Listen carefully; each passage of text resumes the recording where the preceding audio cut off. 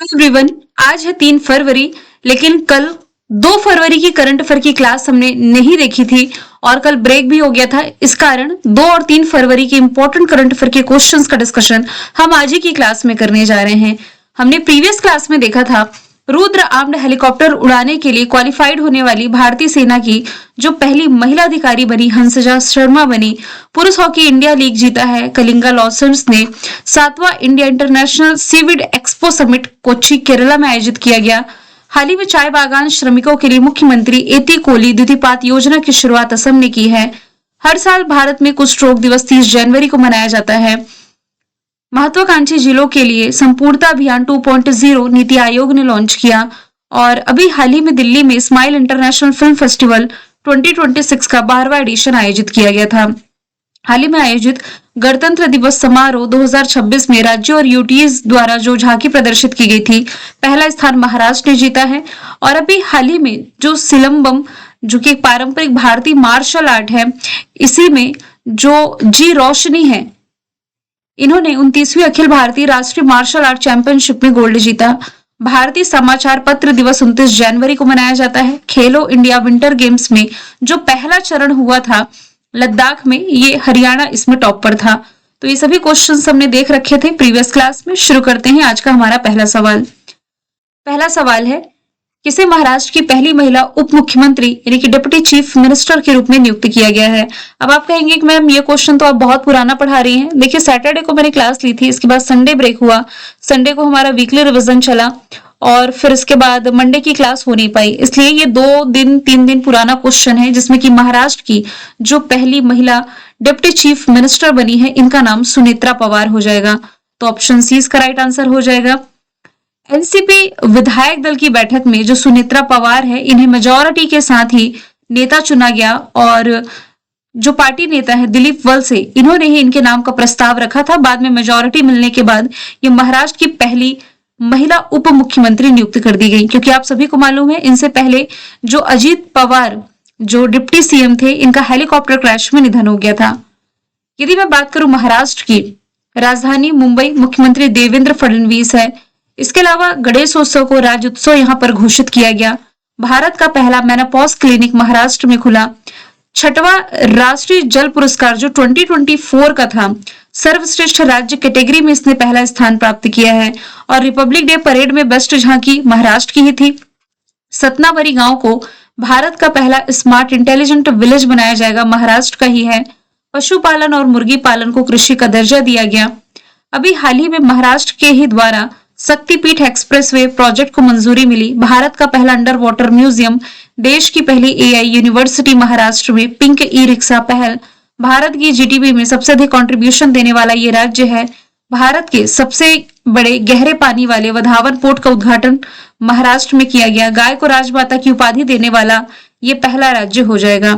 अब यहां से यदि मैं अदर ऑप्शन की बात करूं तो महाराष्ट्र की पहली महिला डीजीपी जो थी ये रश्मि शुक्ला थी, लेकिन इनके स्थान पर अब जो नए डीजीपी बने सदानंद वसंत दाते बने हैं।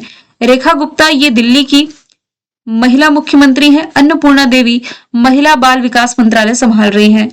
सवाल नंबर दूसरा है, पटना पक्षी अभ्यारण्य जिसे अभी हाल ही में भारत का 97 नंबर का रामसर साइट घोषित किया गया, पूछा जा रहा है ये किस राज्य में स्थित है? तो इसकी लोकेशन उत्तर प्रदेश में हो जाएगी। ऑप्शन ए इसका राइट आंसर है। देखिए, अभी कल ही के दिन 2 फरवरी को आपका वर्ल्ड वेटलैंड डे मनाया गया। तो वर्ल्ड वेटलैंड डे के मौके से पहले ही उत्तर प्रदेश को एक बड़ा उपहार मिला, क्योंकि यहाँ का जो पटना पक्षी अभ्यारण्य है, नाम में कंफ्यूज नहीं होइएगा कि ये बिहार का वेटलैंड है, नहीं, ये उत्तर प्रदेश का है। नाम है पटना पक्षी अभ्यारण्य। ये अभी रिसेंटली उत्तर प्रदेश का 11वां रामसर साइट बना है। तो उत्तर प्रदेश का तो 11वां है, लेकिन भारत का 97 नंबर का साइट बन गया है। देश में सबसे अधिक रामसर साइट ये तमिलनाडु में है और दूसरे स्थान पर उत्तर प्रदेश है। अब देखिए, यहां से एक इंपॉर्टेंट डे निकल करके आता है वर्ल्ड वेटलैंड डे का, यानी कि विश्व आर्द्र भूमि का। विश्व आर्द्र भूमि दिवस ये 2 फरवरी को मनाया जाता है। अब ये 2 फरवरी को ही क्यों मनाया जाता है? क्योंकि इसी दिन 1971 में ईरान का जो शहर था जिसका नाम है रामसर, यहाँ आर्द्र भूमियों को संरक्षित किए जाने को लेकर के एक समिट हुई थी जिसका नाम था रामसर कन्वेंशन। तो रामसर कन्वेंशन ये 2 फरवरी 1971 को ही हुआ और इसलिए 2 फरवरी को वर्ल्ड वेटलैंड डे के रूप में मनाया जाता है। 2026 का जो वर्ल्ड वेटलैंड डे मनाया गया, इसकी थीम रही है wetlands and traditional knowledge celebrating cultural heritage, तो ये भी आप रिलेट कर सकते हैं। नेक्स्ट क्वेश्चन ये भी आपका रामसर साइट से ही संबंधित है। किस राज्य के छारी डांड को देश का 98 नंबर का रामसर आर्द्र भूमि घोषित किया गया? तो 97 नंबर का यूपी का हो गया। जो 98 नंबर का रामसर साइट है, नाम है छारी डांड, ये गुजरात से आप रिलेट कर सकते हैं। तो कुल मिलाकर के अब उत्तर प्रदेश के पटना पक्षी अभ्यारण्य और गुजरात के छारी डांड को मिलाकर के देश में कुल रामसर स्थलों की संख्या 98 हो गई है। अब ये जो रामसर सम्मेलन मैंने आपको जस्ट बताया है, सेम यहाँ से चीजें मेंशन है। अब भारत जो है रामसर कन्वेंशन या इस संधि में कब शामिल हुआ था? 1982 में, 1982 में। ये आपको इंपॉर्टेंट याद रखना है। और भारत का पहला साइट जो रामसर साइट में शामिल हुआ था, ये था चिल्का लेक। चिल्का लेक है कहां पर? तो ये ओडिशा में है, खारे पानी की लेक है। सवाल नंबर चौथा है, हाल ही में ऑस्ट्रेलियन ओपन 2026 में मेन सिंगल का टाइटल किसने जीता है? तो अभी हाल ही में कार्लोस अल्कराज, जो कि स्पेन से बिलोंग करते हैं, इन्होंने फाइनल में सर्बिया के नोवाक जोकोविक को हरा करके मेंस कैटेगरी में ये खिताब अपने नाम किया है। अब आप ये जरूर जानिए कि साल भर में टेनिस के 4 ग्रैंड स्लैम होते हैं। सबसे पहला शुरुआत तो ऑस्ट्रेलियन ओपन से ही होती है, फिर फ्रेंच ओपन है, विंबलडन ओपन है और यूएस ओपन है, जिसमें कि ऑस्ट्रेलियन ओपन हार्ड कोर्ट पर, यूएस ओपन भी हार्ड कोर्ट पर खेला जाता है। फ्रेंच ओपन ये आपका क्ले कोर्ट पर और विंबलडन ओपन आपका ग्रास कोर्ट पर खेला जाता है। पूछा जाए सबसे पुराना टूर्नामेंट कौन सा है, तो विंबलडन है, जिसकी शुरुआत 1877 से की गई थी। अब इसमें कुल 5 कैटेगरी में विजेता होते हैं, men's single, women single, men's double, women's double और एक होता है मिक्स डबल की कैटेगरी। जो मोस्ट कॉमन क्वेश्चन एग्जाम में बनता है मेंस सिंगल और वुमेन सिंगल से बनता है। तो मेंस सिंगल का टाइटल अभी कार्लोस अल्कराज ने जीता है, स्पेन से बिलोंग करते हैं। किसे हराकर जीता है? तो सर्बिया के नोवाक जोकोविक को हरा के जीता है। अदर ऑप्शन की भी बात की जाए तो डेनियल मेदवेदेव रशिया से बिलोंग करते हैं, जेनिक सिनर जो है ये इटली से बिलोंग करते हैं। सवाल 5वां है, ऑस्ट्रेलियन ओपन 2026 में अब वुमेन सिंगल का टाइटल किसने जीता? तो वुमेन सिंगल में विजेता रही हैं एलेना रायबकीना। अब ये बिलोंग कहां से करती हैं? तो ये कजाकिस्तान की टेनिस प्लेयर हैं और इन्होंने फाइनल में अरियाना सबालेंका, जो कि बेलारूस से बिलोंग करती हैं, इन्हें फाइनल में हराया है। ईगा स्विटेक ये भी टेनिस प्लेयर हैं, पोलैंड से बिलोंग करती हैं। कोको गॉफ ये अमेरिका से बिलोंग करती हैं। सवाल 6वां है, हाल ही में किस संगठन ने ईरान का जो इस्लामिक रेवोल्यूशन गार्ड क्रॉप्स है इसे आतंकवादी समूह घोषित किया? तो अभी हाल ही में यूरोपीय यूनियन के द्वारा इसे आतंकवादी समूह घोषित कर दिया गया है। जो यूरोपीय यूनियन है उसमें आप ये याद रखिए कि मेंबर कंट्री 27 है। यूरोपीय यूनियन ने तेहरान द्वारा देशव्यापी प्रदर्शनों पर की गई कार्रवाई के मद्देनजर ये जो ईरान का इस्लामिक रेवोल्यूशनरी गार्ड कॉर्प है इसे आतंकवादी संगठन घोषित कर दिया है। तो यूरोपीय यूनियन की विदेश नीति प्रमुख जिसका नाम है काजा कल्लास, इन्होंने ये कहा है कि विदेश मंत्रियों की सर्वसम्मति से ही इस घोषणा पर सहमति जताई गई है और इसे प्रमुख आतंकवादी समूह डिक्लेयर कर दिया गया है। यूरोपीय यूनियन में मैं बता चुकी हूँ मेंबर कंट्री कितनी है, याद ये जरूर रखें कि ब्रिटेन इसका पार्ट नहीं है। आसियान की यदि बात की जाए, association of south east Asian nation की, तो वैसे आप इसकी 10 मेंबर कंट्री पढ़ते हैं, Brunei, Cambodia, Indonesia, Laos, Malaysia, Myanmar, Philippines, Singapore, Thailand और वियतनाम। आप ये देख पा रहे हैं कि भारत जो है ये वियतनाम का पार्ट नहीं है, माफ कीजिएगा वियतनाम नहीं, आसियान का पार्ट नहीं है। मैंने लास्ट में वियतनाम कहा तो वियतनाम कहने में हो गया। इंडिया जो है ये आसियान का पार्ट नहीं है। अभी तक आप 10 मेंबर कंट्री पढ़ रहे हैं। 11वीं मेंबर कंट्री जो ऑफिशियली तौर पर अब शामिल हो चुकी है इसका नाम हो जाएगा ईस्ट तिमोर। वैसे देखा जाए तो भारत नाटो का भी मेंबर नहीं है। नाटो यानी कि नॉर्थ अटलांटिक ट्रीटी ऑर्गेनाइजेशन, जिसकी 32 मेंबर कंट्री है और 32वां नंबर का मेंबर कंट्री स्वीडन है। हालांकि भारत जो है यूरोपीय यूनियन का भी पार्ट नहीं है, इसमें यूरोपियन कंट्री ही शामिल है, बल्कि भारत यूनाइटेड नेशंस का पार्ट है। यूनाइटेड नेशंस में कुल 193 मेंबर कंट्री है। 193rd नंबर का साउथ सुडान है, लेकिन भारत भी इसका पार्ट है। अगला सवाल है, किस राज्य सरकार ने 24 आवर के भीतर 5555 महिलाओं और छात्राओं को ई साइकिल डिस्ट्रीब्यूट करके Guinness book of world record में अपना नाम दर्ज किया? तो ये बात की जा रही है आंध्र प्रदेश गवर्नमेंट की। ऑप्शन सी इसका राइट आंसर हो जाएगा। आंध्र प्रदेश सरकार ने 31 जनवरी 2026 को चित्तूर जिले के कुप्पम में 24 घंटे के भीतर 5555 महिलाओं और छात्राओं को ई साइकिल डिस्ट्रीब्यूट करके एक नया गिनीज वर्ल्ड रिकॉर्ड बनाया। यहाँ के जो मुख्यमंत्री है चंद्रबाबू नायडू, इन्होंने महिला सशक्तिकरण और हरित ऊर्जा को बढ़ावा देने के लिए ये जो अभियान है ये ई मोटर रोड कंपनी के सहयोग से चलाया है। तो जिस राज्य का डिस्कशन है ये आंध्र प्रदेश है। चंद्रबाबू नायडू जी के द्वारा ये घोषणा की गई। रिकॉर्ड जो है ये 24 घंटे में 5,555 साइकिल डिस्ट्रीब्यूट करने का है। पर्पस है वुमेन एम्पावरमेंट और ग्रीन मोबिलिटी, साथ ही आत्मनिर्भरता को बढ़ावा देने के लिए। किस राज्य का जो प्रसिद्ध लिविंग रूट ब्रिज है इसे यूनेस्को 2026-27 का विश्व धरोहर मूल्यांकन के लिए ऑफिशियली तौर पर नॉमिनेट किया गया। तो लिविंग रूट ब्रिज के बारे में इसके पहले भी हमने कई बार डिस्कशन किया है। ये आप मेघालय से रिलेट करेंगे। ऑप्शन सी राइट आंसर हो जाएगा, जिसे 2026-27 विश्व धरोहर मूल्यांकन जो यूनेस्को का है इसके लिए नॉमिनेट किया गया है। इसे मेघालय की खासी और जयंतिया जनजातियों द्वारा जिंगकेंज ब्रिज भी कहा जाता है। और ये पुल फाइक्स इलास्टिका नामक रबड़ के पेड़ों की जो जड़ें होती है ना, ये देखिए पूरा रबड़ के पेड़ की जड़ से ये पूरा लिविंग रूट ब्रिज बनाया गया है और इतना मजबूत है, इसे टूटता उठता नहीं कि नॉर्मल इंसान चले और टूट जाए। तब तो इसे यूनेस्को लिस्ट में मान्यता देने का प्रयास किया जा रहा है। मेघालय में है, तो मेघालय 1970 में असम के भीतर एक स्वायत्त राज्य बना था। पूर्ण राज्य का दर्जा 1972 में मिला। अभी 21 जनवरी को स्थापना दिवस इसने मनाया। राजधानी शिलोंग हो जाएगी। और यहां से आप चेरी ब्लॉसम फेस्टिवल भी रिलेट कर सकते हैं। मेघालय की पहली महिला डीजीपी लास्ट ईयर इदा सीसा नोंगरांग बनाई गई थी, ये भी आप याद रखें। सवाल 9वां है, संयुक्त राष्ट्र ने किस वर्ष को अंतरराष्ट्रीय महिला किसान वर्ष घोषित किया? तो यूनाइटेड नेशंस के द्वारा 2026 का ये जो साल है, यही वाला साल, ये अंतरराष्ट्रीय महिला किसान वर्ष घोषित हो चुका है। ये पहल का जो उद्देश्य है कृषि खाद्य प्रणालियों में महिलाओं के योगदान को सामने लाना है, चाहे वह उत्पादन हो या प्रोसेसिंग या व्यापार जो भी हो, क्योंकि इन क्षेत्रों में उनकी अहम भूमिका अक्सर नजरअंदाज कर दी जाती है। मतलब उन्हें अंडर एस्टिमेट ना किया जाए, उन्हें भी वैल्यू दी जाए। यूनाइटेड नेशंस का फॉर्मेशन ईयर 24 अक्टूबर 1945, न्यूयॉर्क अमेरिका में हेडक्वार्टर, और एंटोनियो गुटेरेस इसके अध्यक्ष हैं। अब इस क्वेश्चन में आप कंफ्यूज नहीं होइएगा, क्योंकि यहाँ पर लिखा हुआ है कि यूनाइटेड नेशंस ने 2026 का जो साल है इसे अंतरराष्ट्रीय महिला किसान वर्ष घोषित किया, लेकिन इसी यूनाइटेड नेशंस के 6 भाग में से एक यूनाइटेड नेशंस जनरल असेंबली है। तो यूनाइटेड नेशंस जनरल असेंबली के द्वारा 2026 का जो साल है इसे अंतरराष्ट्रीय चारागाह और पशुपालक वर्ष घोषित किया गया है। सवाल 10वां है, प्रधानमंत्री स्वनिधि क्रेडिट कार्ड ये किस शहर से लॉन्च किया गया? रिसेंटली केरला की राजधानी तिरुवनंतपुरम से लॉन्च किया गया है। अब देखिए, प्रधानमंत्री नरेंद्र मोदी जी के द्वारा केरल की राजधानी तिरुवनंतपुरम से प्रधानमंत्री स्वनिधि क्रेडिट कार्ड लॉन्च किया गया। इस पहल के माध्यम से देश के लाखों रेहड़ी पटरी वालों को ऑफिशियली तौर पर या औपचारिक रूप से वित्तीय सहायता से जोड़ने का प्रयास किया गया है। इसकी लिमिट क्या है? तो इस कार्ड में इनिशियली लेवल पर तो 10,000 रुपए की लिमिट होगी, बाद में बढ़ा करके 30,000 रुपए कर दिया जाएगा।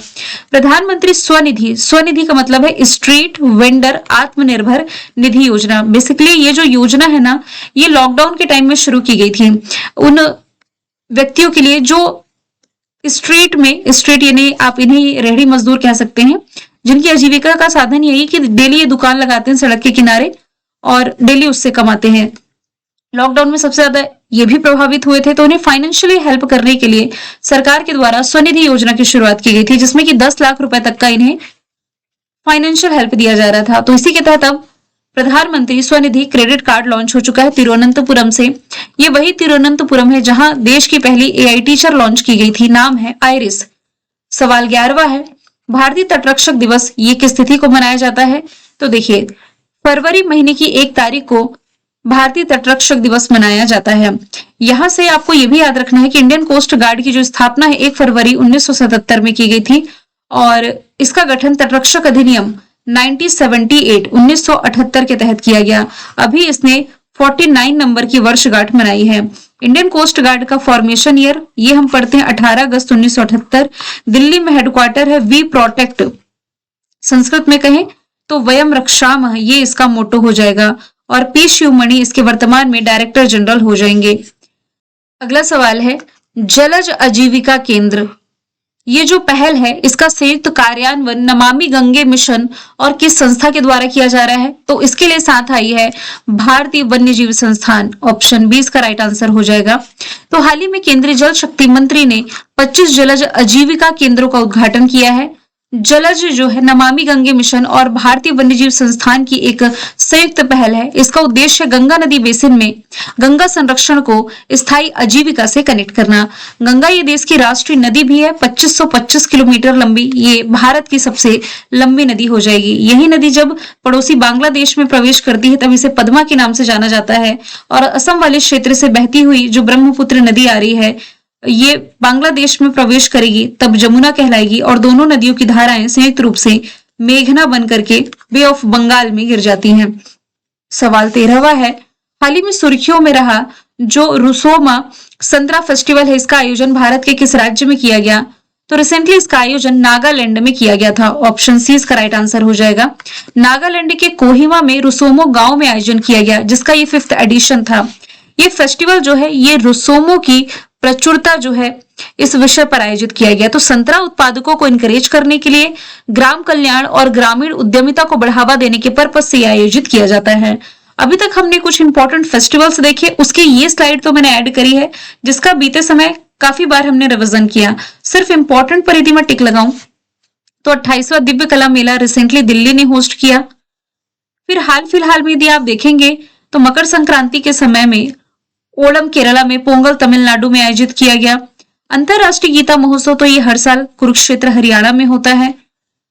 धानु यात्रा सबसे बड़ा open air theatre festival Odisha में, उत्सव उद्भव ग्वालियर में, सहरोल झारखंड में, समक्का सरक्का ये तेलंगाना में होने वाला एशिया का सबसे बड़ा जनजाति फेस्टिवल हो जाएगा। चेरी ब्लॉसम ये मेघालय में हम देख चुके हैं। संगाई फेस्टिवल आपको मणिपुर से रिलेट करना है। नागालैंड की यदि बात की जाए तो राजधानी कोहिमा, मुख्यमंत्री नेफ्यूरियो, राज्यपाल अजय कुमार भल्ला हो जाएंगे। 1 दिसंबर को इसने 62वां स्थापना दिवस मनाया। हॉर्नबिल फेस्टिवल यही आयोजित किया जाता है जिसमें कि ब्रिटेन को साझेदार देश के रूप में नामित किया गया है। नागालैंड में ही जो मोकोंगचुंग जिला है यहाँ पर इंटीग्रेटेड एक्वा पार्क की आधारशिला प्रधानमंत्री नरेंद्र मोदी जी ने रखी और नागालैंड के हॉर्नबिल महोत्सव को सिल्वर बनियान पुरस्कार से भी सम्मानित किया गया। हाल ही में खबरों में छाई जो पेचोरा मिसाइल है इसे किस प्रकार की वायु रक्षा प्रणाली के रूप में कैटेगराइज किया गया? तो ये जो पेचोरा मिसाइल है ये सतह से वायु यानी कि जमीन से हवा या इसे ही आप कह सकते हैं सरफेस टू एयर वॉर करने वाली मिसाइल है। तो बेंगलुरु स्थित जो अल्फा डिजाइन टेक्नोलॉजी लिमिटेड है इसने इंडियन एयरफोर्स की जो पेचोरा प्रणाली है इसे ही उन्नत किया है यानी कि एडवांस किया है जो स्वदेशी रक्षा आधुनिकीकरण के लिए भारत के प्रयासों को भी दिखाती है। अब इस पेचोरा के बारे में भी हम डिस्कशन करें जिसे ऑफिशियली तौर पर S-125 पेचोरा भी कहा जाता है। ये सोवियत मूल की यानी कि यूएसएसआर की भी आप कह सकते हैं सरफेस टू एयर वॉर करने वाली मिसाइल है जो कि निम्न से मध्यम ऊंचाई वाले खतरों के लिए बनाई गई है। अभी ये चर्चे में रही तो मिसाइल का टाइप ही हो जाएगा सरफेस टू एयर वॉर करने वाली मिसाइल। प्रमुख अवसंरचना परियोजनाओं की निगरानी के लिए अभी हाल ही में पाई नामा पोर्टल शुरू किया गया है। अब ये किस मंत्रालय के द्वारा शुरू किया गया है?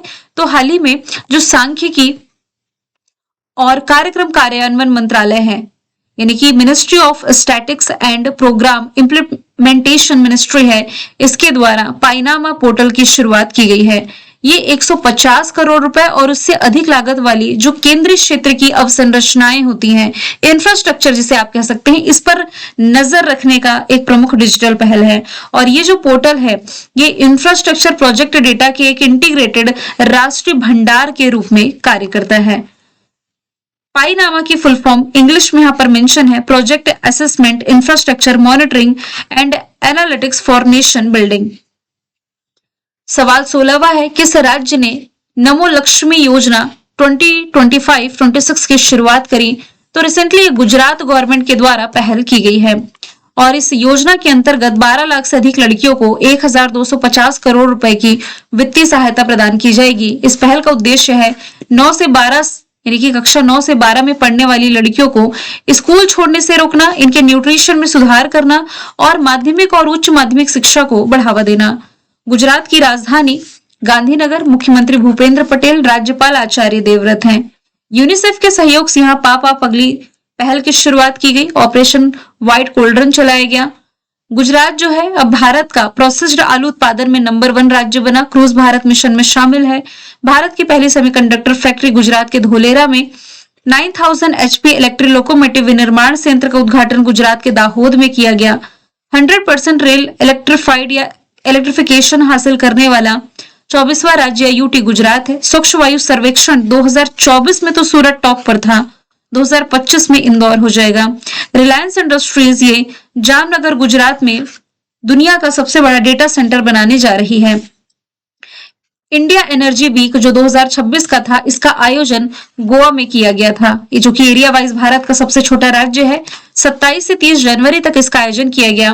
भारतीय ऊर्जा सप्ताह का पर्पस है भारत को वैश्विक ऊर्जा केंद्र के रूप में स्थापित करना और ऊर्जा सुरक्षा, डिकार्बोनाइजेशन और इन्वेस्टमेंट को बढ़ावा देना। थीम इसकी रही है energising growth, securing economics and enriching lives. विकास को ऊर्जा देना, अर्थव्यवस्थाओं को सुरक्षित करना और जीवन को समृद्ध बनाना इसकी थीम थी। अब इतनी लंबी थीम एग्जाम का पार्ट नहीं बनती, लेकिन जैसे अब एग्जाम का पैटर्न चेंज हुआ है तो थोड़े ये स्टेटमेंट बेस्ड क्वेश्चन पूछता है, तो मे भी स्टेटमेंट में ये थीम भी मेंशन कर सकता है, या ये भी पूछ सकता है कि भारत ने किस राज्य में इंडिया एनर्जी वीक मनाया, तो क्या ये गोवा था, ये स्टेटमेंट ये बन सकता है। फिर तारीख मेंशन हो सकती है, क्या ये 27 से 30 रहा या और कुछ भी, और फिर थीम भी मेंशन की जा सकती है। कुछ इस तरीके से आप रिलेट कर सकते हैं। सवाल नंबर जो हमने 17 देखा, इसमें हम कुछ इवेंट एंड समिट मैंने मेंशन करी है, जैसे कि 7वां India international CVD expo summit Kerala Kochi में हुआ। ई गवर्नेंस पर 28वां सम्मेलन विशाखापट्टनम में। 8वें नंबर की इंटरनेशनल सोलर अलायंस की बैठक दिल्ली में। भारत अंतरराष्ट्रीय चावल सम्मेलन दिल्ली में। विश्व सागौन सम्मेलन कोच्चि में। 5वां तटरक्षक वैश्विक शिखर सम्मेलन चेन्नई में। दूसरा बिम्स्टेक बंदरगाह सम्मेलन विशाखापट्टनम में। वेव समिट मुंबई में। रायसीना डायलॉग दिल्ली में। अब कुछ इकोनॉमिक सर्वे के क्वेश्चन देखते हैं। भारत सरकार ने अभी 29 जनवरी 2026 को संसद में आर्थिक सर्वे 2025-26 का प्रस्तुत किया है। आर्थिक सर्वेक्षण है क्या? पहली बात तो ये देखिए, ये एक वार्षिक दस्तावेज है जिसे प्रत्येक वर्ष बजट पेश करने के ठीक पूर्व यानी कि एक दिन पहले सरकार संसद में पेश करती है। ये एक वार्षिक रिपोर्ट है जो पिछले 12 महीने में यानी कि एक साल में देश में या देश की जो अर्थव्यवस्था है इसके प्रदर्शन का पूरा लेखा जोखा दिखाती है। इस वर्ष आर्थिक सर्वेक्षण 29 जनवरी 2026 को संसद में पेश किया गया और ये वित्त मंत्रालय द्वारा जारी किया जाता है। इसे वित्त मंत्रालय के आर्थिक मामलों के विभाग द्वारा मुख्य आर्थिक सलाहकार के मार्गदर्शन पर तैयार किया जाता है। तो चलिए अब आपको कमेंट बॉक्स में बताना है वर्तमान में भारत के मुख्य आर्थिक सलाहकार है कौन। इसके अलावा इस बार के आर्थिक सर्वेक्षण में कुल 16 चैप्टर रखे गए हैं। जीडीपी की यदि बात की जाए तो फाइनेंशियल ईयर 26-27 में भारत की ग्रोथ रेट ये 6.8 to 7.2% रहने का अनुमान है। भारत सरकार ने 24 to 25 में जो सकल घरेलू उत्पाद रहा, सकल घरेलू उत्पाद के 4.8% के राजकोषीय घाटे के लक्ष्य को पूरा कर लिया है, ये बताया गया। फाइनेंशियल ईयर 2025 में भारत ने 825.3 बिलियन अमेरिकी डॉलर का कुल निर्यात किया है, मतलब 6.1% का इसमें ग्रोथ है। भारत के विदेशी मुद्रा भंडार 701.4 बिलियन अमेरिकी डॉलर यानी कि ये 16 जनवरी 2026 तक का डेटा रहा जो कि पहुंचा है। सर्वे वाला एक वीडियो आज शाम को कंप्लीट मिल जाएगा आप लोगों को। किस शहर में 7वां India international seaweed expo summit रहा? आंसर हमने देखा था कोच्चि केरला में। आज का सवाल आप लोगों के लिए है वुमेन प्रीमियर लीग इसमें सेंचुरी लगाने वाली पहली खिलाड़ी कौन बनी? तो आंसर इसका जो भी आप कमेंट बॉक्स में बताएं। मिलेंगे नेक्स्ट वीडियो में। Thank you so much.